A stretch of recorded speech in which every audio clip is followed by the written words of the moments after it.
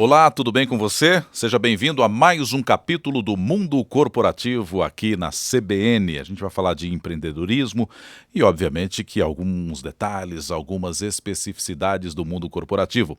O nosso convidado de hoje é Stélio Tolda, que é cofundador do Mercado Livre, empresa de tecnologia que oferece soluções de comércio eletrônico para que pessoas e empresas possam anunciar, vender, comprar, enfim. E ele vai trazer todos os detalhes para o ouvinte da CBN, para você também que nos acompanha aqui pela internet. Tudo bem, Stélio? Como vai? Seja bem-vindo. Olá, Nonato. Obrigado pelo convite. Prazer estar aqui.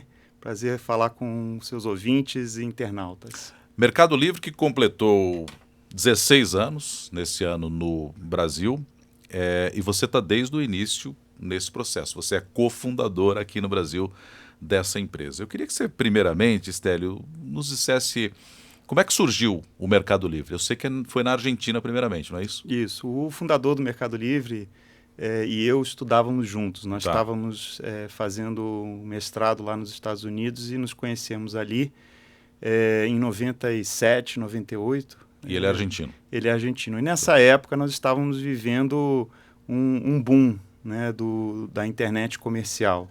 E ali nos Estados Unidos a gente acompanhava empresas que estavam surgindo e isso inspirou o Marcos a pensar em uma ideia que pudesse ser levada para a Argentina, mas também para a América Latina. E foi assim que surgiu, ao final do curso, que foi em 99, o Mercado Livre. Ele voltou dos Estados Unidos para a Argentina, lançou o Mercado Livre em agosto de 99 na Argentina, em outubro aqui no Brasil. E eu estou aqui desde o início. Nós lançamos aqui no Brasil em outubro de 99 e estou há 16 anos na empresa. Stélio, como era o mundo corporativo nessa época e que transformações que você acompanhou nesse período, ou seja, de 2000 para cá, praticamente? Era outro mundo, Nonato. Imagino. Realmente era outro mundo.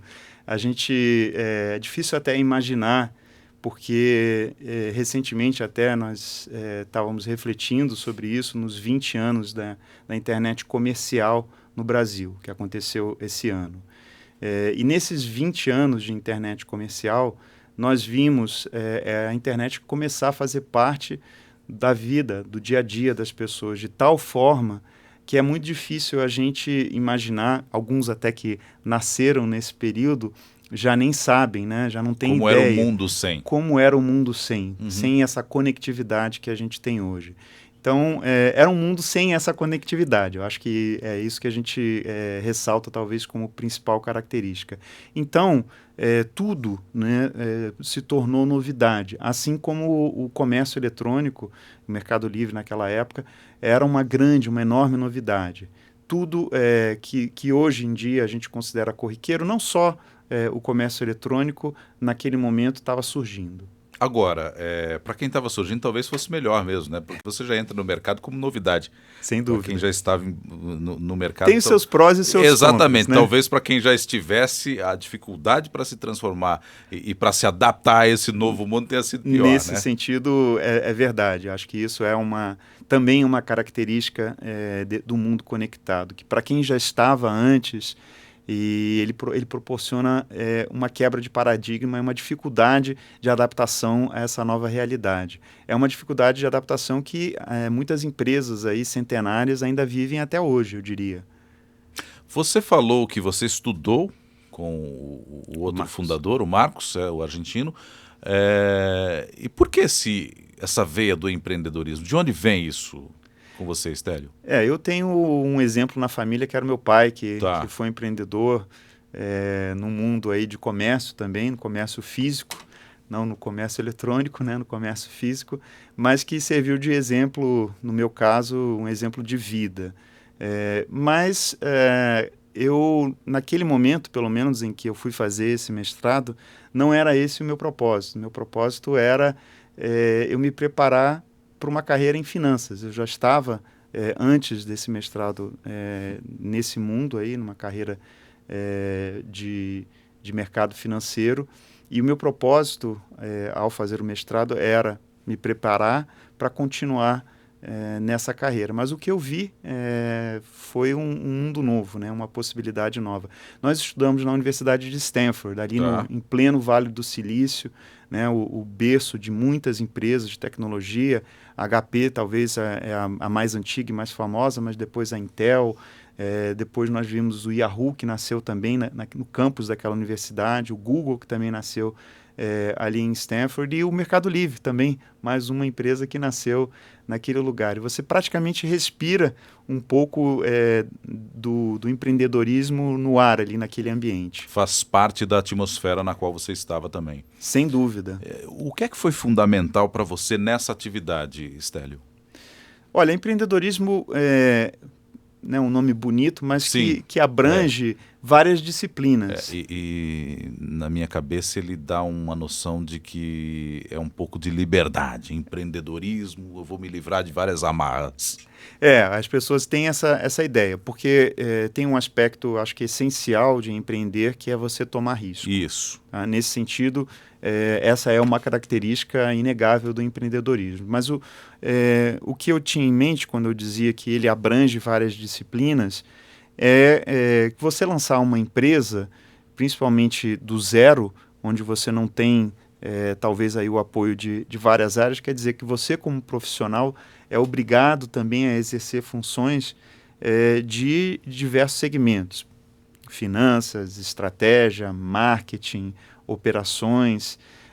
Praticamente você e a sua equipe, né, que nascente ali, precisam usar ali disciplinas várias no seu dia a dia. Então, nesse sentido, ele também é um aprendizado profissional muito grande, sempre tomando muito risco.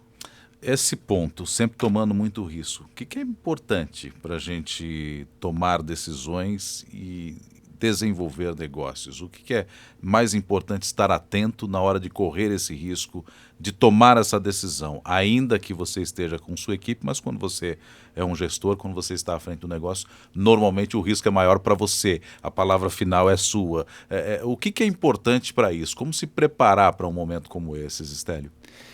Eu digo que a sua vida, né, pregressa, tudo aquilo que você fez colabora para aquele momento, né? Não é à toa, não é por acaso que você está ali. E você deve buscar na sua vida, nas suas experiências de vida, no seu preparo, na sua formação, empregos anteriores, pessoas que você conheceu, esse know-how, esse aprendizado para embarcar então nessa nova empreitada, né? Em tomar esse risco.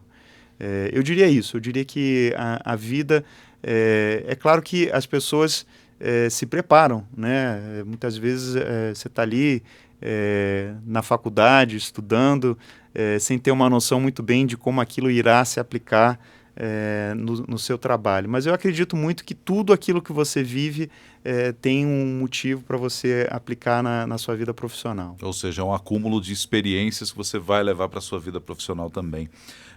Fundado em 1999, o Mercado Livre, imagino, como você disse, era tudo muito diferente, era tudo muito novidade. Como é que se dá a popularização disso? Como é que se ocorreu essa popularização do negócio, Stélio? Quando nós lançamos a penetração da internet no Brasil, era algo como 3% da população. Hoje ela já é mais de 50%, pouco mais de 50%. Então, você está falando no início com um público pequeno. Muito restrito. Um público restrito. O receio da compra, né? Com um público que realmente não conhece. Então, é uma dúvida normal, um receio, se aquilo vai funcionar. Uma pergunta, mesmo para aquele que está disposto a conhecer, fica a dúvida. Mas quem está do outro lado, será que eu vou receber? Em que condições eu vou receber esse produto? Em quanto tempo eu vou receber? Essa é uma dúvida até hoje muito comum com relação a quem compra no comércio eletrônico, né? Aquela expectativa, diferente de você ir na loja e já levar o produto com você. Né? Então, tem aquela expectativa de quanto tempo vai chegar. Hoje a gente tem ferramentas até para endereçar essa preocupação, né? O rastreamento e tudo mais. né, as mensagens vão chegando ali, os avisos, Seu as produto notificações. está a caminho. É. Legal. Mas naquele início você está falando realmente de uma grande novidade e até certo ponto para as pessoas, né, uma dúvida, né, sobre o funcionamento dessa novidade. O que eu vi é que é uma coisa que se deu de forma, e vai se dando de forma natural, né? A gente falou, ou a gente fala sobre a questão geracional, Tá. né? Que a gente tem uma geração que já nasce com a internet e essa geração chegando ao mercado de consumo. Ela não conhece outro mundo sem internet. Exato. Tá. E para ela não existe talvez essa barreira, né, o cartão de crédito ou colocar meus dados, até a relação que essas pessoas têm com relação à privacidade de dados é diferente, né, da relação que uma geração anterior tem. Então, eu vejo que esse processo é um processo que vem se dando de forma natural. Você sabe que eu vou até ilustrar isso que você está dizendo, porque eu tenho um filho adolescente e ele faz muito essa transação por internet. E às vezes eu digo, olha onde você está colocando os dados aí do cartão de crédito. Não, fica tranquilo, está tudo certo, o produto vai checar, é sossegado. Então é bem o que você disse, é uma geração que já está acostumada com isso e é absolutamente natural, né? Agora, e o cenário do comércio eletrônico hoje no Brasil, qual é, Stélio? É um cenário de muito crescimento, uma perspectiva, eu diria, ainda de muito potencial de crescimento pela frente. A gente fala, só para dar alguns números, que hoje o varejo online ele representa 4% do varejo total no Brasil. Se a gente olha para outros países mais desenvolvidos, como os Estados Unidos, esse número já chega a 10%. No Reino Unido ele é 12%, na Coreia ele é 14%. Então, o potencial desse número ser maior no Brasil é enorme. A gente acredita que isso irá acontecer. Esses 4% do varejo total, se a gente olha para a população do Brasil, né, eu disse que mais ou menos metade tem acesso à internet, mas só mais ou menos 30% da população total já fez uma compra online. Então, ainda uma minoria. A gente tem 70%. Você tem um espaço grande de crescimento, é isso? 70% dos brasileiros nunca compraram online. É um espaço enorme de crescimento. Então, isso é algo que irá impulsionar o comércio eletrônico por muitos anos ainda. A gente fala que, apesar de 16 anos de Mercado Livre, 20 anos de internet comercial, nós ainda estamos no início desse processo. O potencial disso continuar a crescer ao longo do tempo é enorme. Isso se aplica a esse ano de 2015, ano no qual nós tivemos muita reclamação de que há uma crise generalizada, muita perda de emprego, poucas pessoas comprando. O comércio eletrônico não sentiu essa crise, Stélio? Não sentiu, por incrível que pareça. A gente tem dados do comércio como um todo, até meados do ano, ele cresceu 16%. Na comparação anual com o primeiro semestre do ano anterior.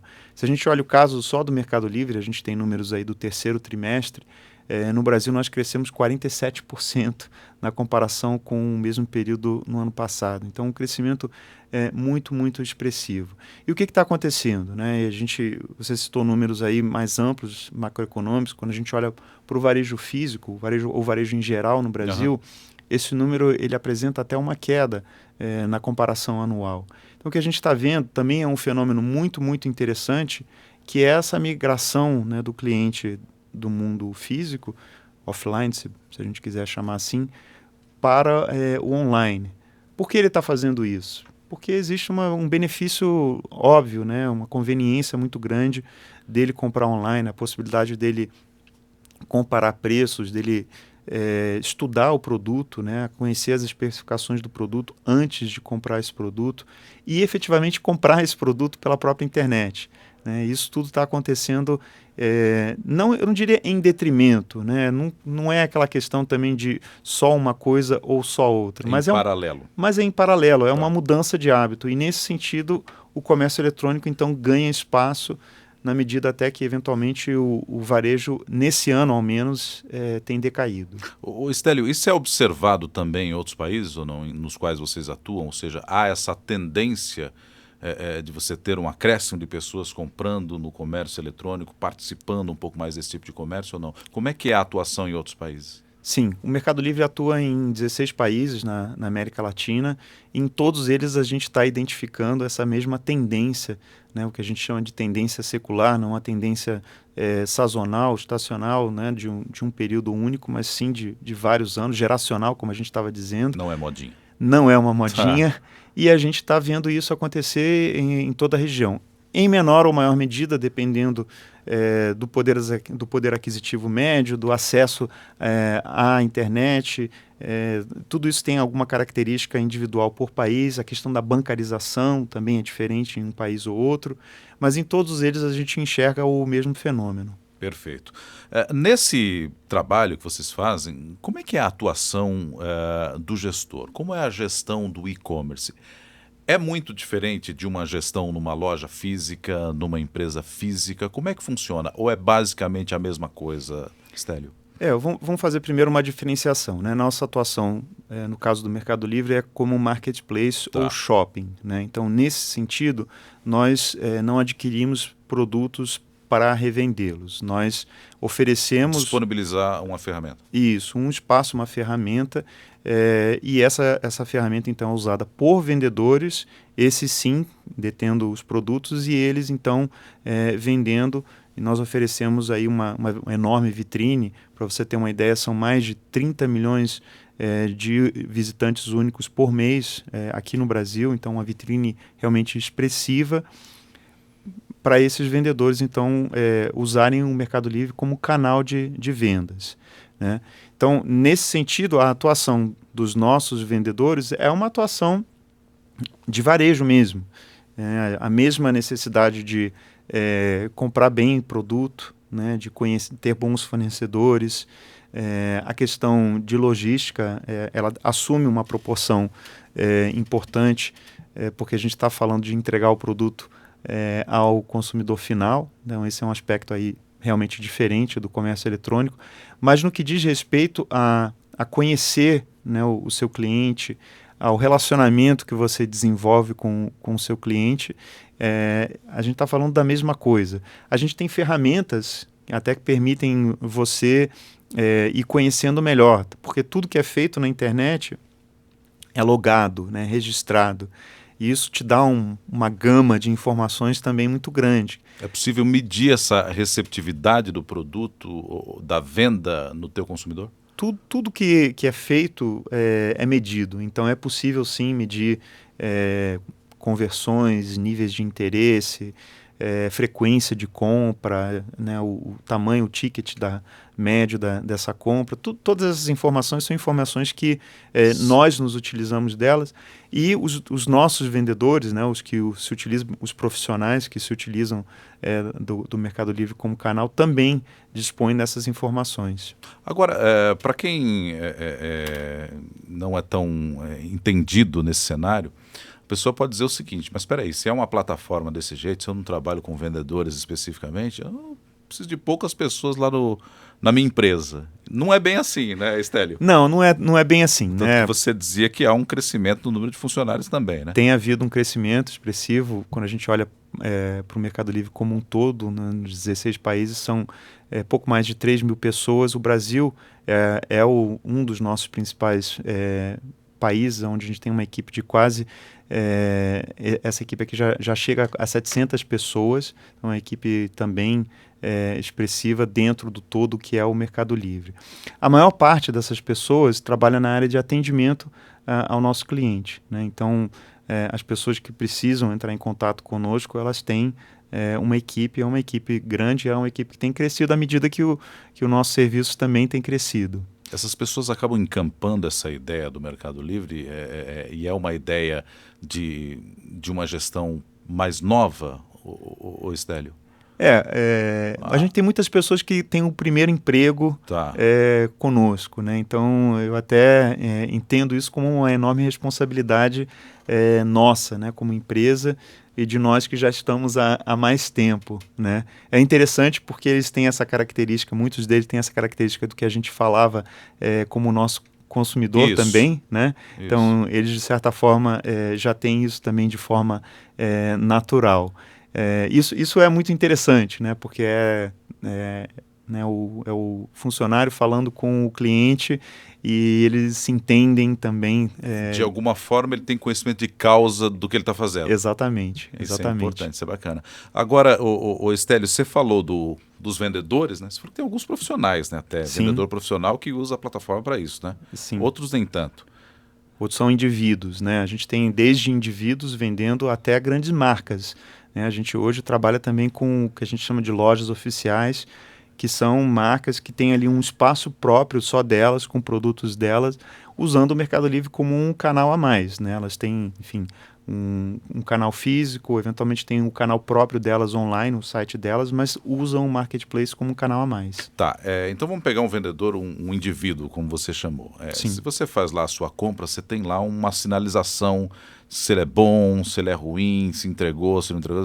Acho que é o verde, quanto mais verde, melhor. Isso, qualificação, isso. E aquela qualificação. Como é que se dá essa reputação do vendedor, hein? Como é que ela ocorre? Ela ocorre após a transação ser concluída. Nós consultamos as partes, então o vendedor ele qualifica o comprador e vice-versa. Nós incentivamos a que essa qualificação seja feita porque ela, com o acúmulo dela, com mais transações, os bons vendedores vão se destacando. Claro. Né? Eles vão aparecendo mais e é dessa forma que a gente vai criando uma reputação. Como você cria, né, uma reputação em qualquer situação, né, em que você está convivendo com outras pessoas, você cria na medida que você tem várias interações. E ali a gente é o registro disso. É o registro de várias interações que você teve com vários compradores, como vendedor, e isso te dá uma boa reputação. Em última análise, é o próprio vendedor que faz a própria reputação, então. Ele faz na medida, né, que ele oferece um bom serviço. Isso. Né? E nós procuramos, inclusive, transmitir a esses nossos vendedores a importância disso. É muito interessante que os vendedores profissionais, como eu chamei, eles atribuem uma importância a essa reputação gigantesca. A vida deles ali dentro do Mercado Livre depende disso, porque o nosso, vamos dizer, a nossa busca também ela prioriza aqueles bons vendedores. Então, se você procura um determinado produto no Mercado Livre, os primeiros anúncios que irão aparecer são os anúncios de bons vendedores, dos mais bem avaliados. Uhum. E então, para eles é muito importante eles estarem sempre ali muito bem avaliados, porque eles estarão primeiro, os produtos deles estarão em destaque nas buscas. Agora, digamos que eu gostei de um produto que aparece lá pela primeira vez. Como é que eu resolvo isso se eu não tenho nenhuma avaliação desse vendedor? Qual é a segurança que eu tenho de estar comprando ou de comprar aquilo e efetivamente receber? E se eu não recebo, eu tenho ressarcimento ou não? Sim, nós oferecemos o que a gente chama de mercado pago como o nosso meio de pagamento. Ao se utilizar do mercado pago como meio de pagamento, nós oferecemos o que a gente chama de compra garantida. Então, se você tem algum tipo de problema, nós ressarcimos esse comprador de forma integral e ele não tem nenhum prejuízo. Para isso, ele deve usar, então, essa ferramenta, que é uma ferramenta que nós lançamos com o propósito de justamente facilitar o que a gente chama de um dos pontos de fricção na transação, que é o pagamento. Né? Toda transação ela precisa de um pagamento. E aí, então, o Mercado Livre lançou o Mercado Pago com esse intuito de facilitar, né, essa transação financeira. O Estélio, você já citou aqui que nós temos um cenário, né, de geração que é a geração da internet, é uma geração absolutamente acostumada a fazer compras pela internet de comércio eletrônico. Mas, de um modo geral, esse tipo de negociação, ele atinge qualquer consumidor atualmente? A tendência é que você, mesmo aquele cliente mais antigo, ou aquele mais tradicional, possa fazer suas compras pela internet? Eu diria que sim, porque está, vamos dizer, ao acesso, né, ele está à mão de qualquer um que tenha o mínimo de familiaridade com essas ferramentas. Hoje, por exemplo, a gente está vendo o celular despontar como grande plataforma tecnológica de uso. Então, na medida que você... E os aplicativos no celular, né? Então, à medida que você consiga e conheça, né, saiba fazer o uso disso, você também se aproveita disso. O que eu digo é o seguinte, o Mercado Livre ele é tão abrangente, ele é tão grande, que ele, de certa forma, reflete o que é a internet no Brasil. Então, é evidente que a penetração da internet entre uma população de mais idade é menor do que a população mais nova. Mas isso é um reflexo mais amplo, não é um reflexo só do comércio eletrônico, é um reflexo da internet como um todo. Tá, agora o que a gente acompanha também é que o brasileiro tinha algum receio de comprar pela internet e ele fazia experimentações. Por exemplo, compra lá um CD, se é que algumas pessoas ainda compram CD. Compravam na época, a gente pode falar sobre isso. Um livrinho e tal. Como é que é essa iniciação hoje do brasileiro? Na época você disse que comprava um CD para experimentar esse tipo de compra. Como é que é hoje esse consumidor? Como é que ele se comporta, aquele que vai pela primeira vez? E ele deixou de comprar CD? O CD, infelizmente, está cada vez menos comum, mas ele ainda existe, ainda é uma categoria e as pessoas ainda compram. Essa fase que você descreveu, a gente viu isso claramente lá atrás, no início do comércio eletrônico, era uma fase de experimentação e era uma fase em que produtos de ticket menor eram usados como prova, né, como teste para ver se essa plataforma de comércio funcionava.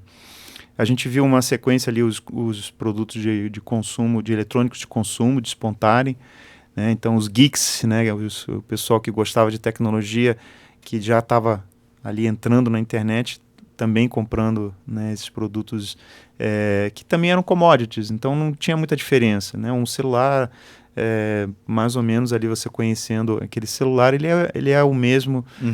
Então também a gente viu uma onda muito grande ali de consumidores comprando eletrônicos.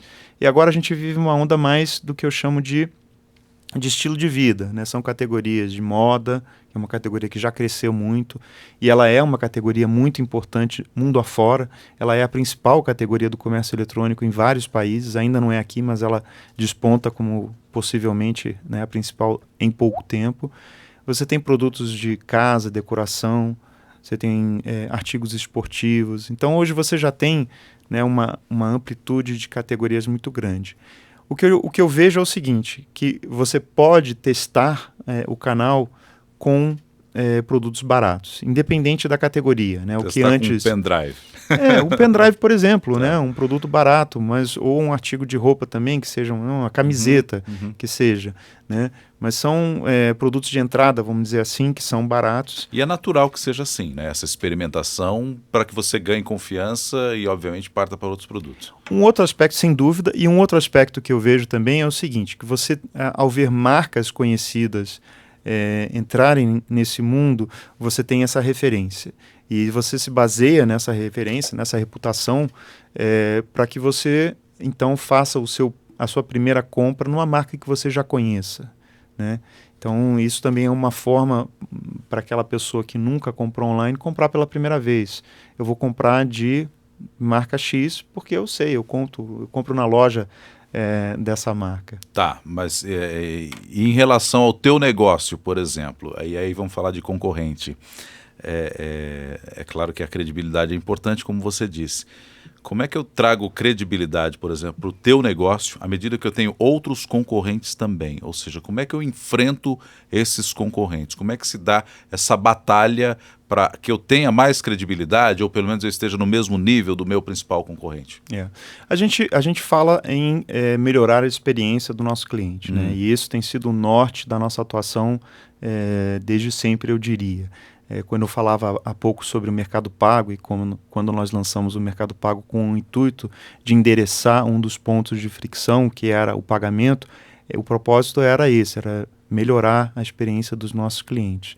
Assim, hoje em dia também com a área de logística e a parte de envios, onde a gente também tem oferecido uma solução de logística também visando facilitar essa transação. Eu diria que se dá dessa forma, se dá com você agregar serviços que tornam aquela transação, as barreiras até para aquela transação cada vez menores, né? Então e aí você tem outras coisas. A gente já falou sobre a questão da qualificação dos nossos vendedores, enfim, a compra garantida, que é uma coisa que dá uma segurança. E nesse cenário acaba incluindo muita parceria também, né? No que diz respeito à logística. Sim, sem dúvida. Nós não fazemos isso, né, não construímos tudo. Nós trabalhamos com parceiros, com quem oferece esses serviços. Nós acreditamos muito num conceito que a gente chama de plataforma aberta, né? Você criar uma plataforma que permite a integração, principalmente a integração tecnológica, com parceiros, né, com outros. E muito do que é feito no Mercado Livre é em cima disso, de uma plataforma tecnológica aberta. A gente até fala também de um ecossistema, né, que se cria em torno desses serviços de internet, serviços de comércio eletrônico, em torno, né, ao redor dessa plataforma aberta. Isso é uma forma também de você competir mais, né, porque a gente não faz tudo. A gente oferece a possibilidade de até que outros desenvolvam soluções em cima dessa plataforma. E isso é uma forma até muito mais abrangente, muito mais ampla de você conseguir concorrer. E obviamente que é uma disputa muito acirrada, imagino eu, então essa preocupação tem que ser constante, né, o tempo inteiro, né, essa observação do que vai satisfazer o cliente, né? É uma disputa global Isso. até hoje em dia, né? O mercado o mercado brasileiro, ele tem potencial para ser talvez o quarto maior mercado de comércio eletrônico do mundo. Então, nesse sentido, se você é um player com atuação global, o Brasil interessa muito como mercado. E a gente já está vendo isso, já está vendo a atuação, né, de players aí do mundo inteiro chegando ao Brasil, atuando no Brasil, porque vem um potencial aqui. Stélio, você diria que as perspectivas então são boas para o comércio eletrônico no Brasil nos próximos anos, então?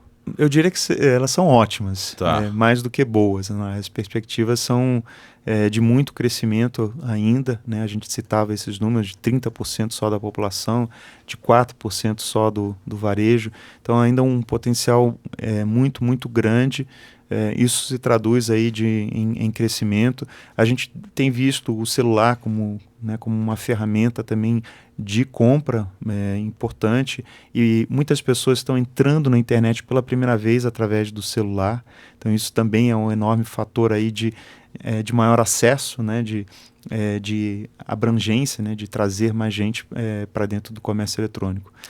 Perfeito. Stélio, muito obrigado pela entrevista aqui para o Mundo Corporativo da CBN. Até uma próxima oportunidade. Muito obrigado a você, Nonato, aos seus ouvintes e internautas. A gente agradece então Stélio Tolda, cofundador do Mercado Livre, empresa que tem 16 anos de Brasil, trazendo as impressões dele do comércio eletrônico e também do mundo corporativo. E muito obrigado a você, ouvinte da CBN Internauta, que nos acompanhou em mais um Mundo Corporativo. Até a semana que vem.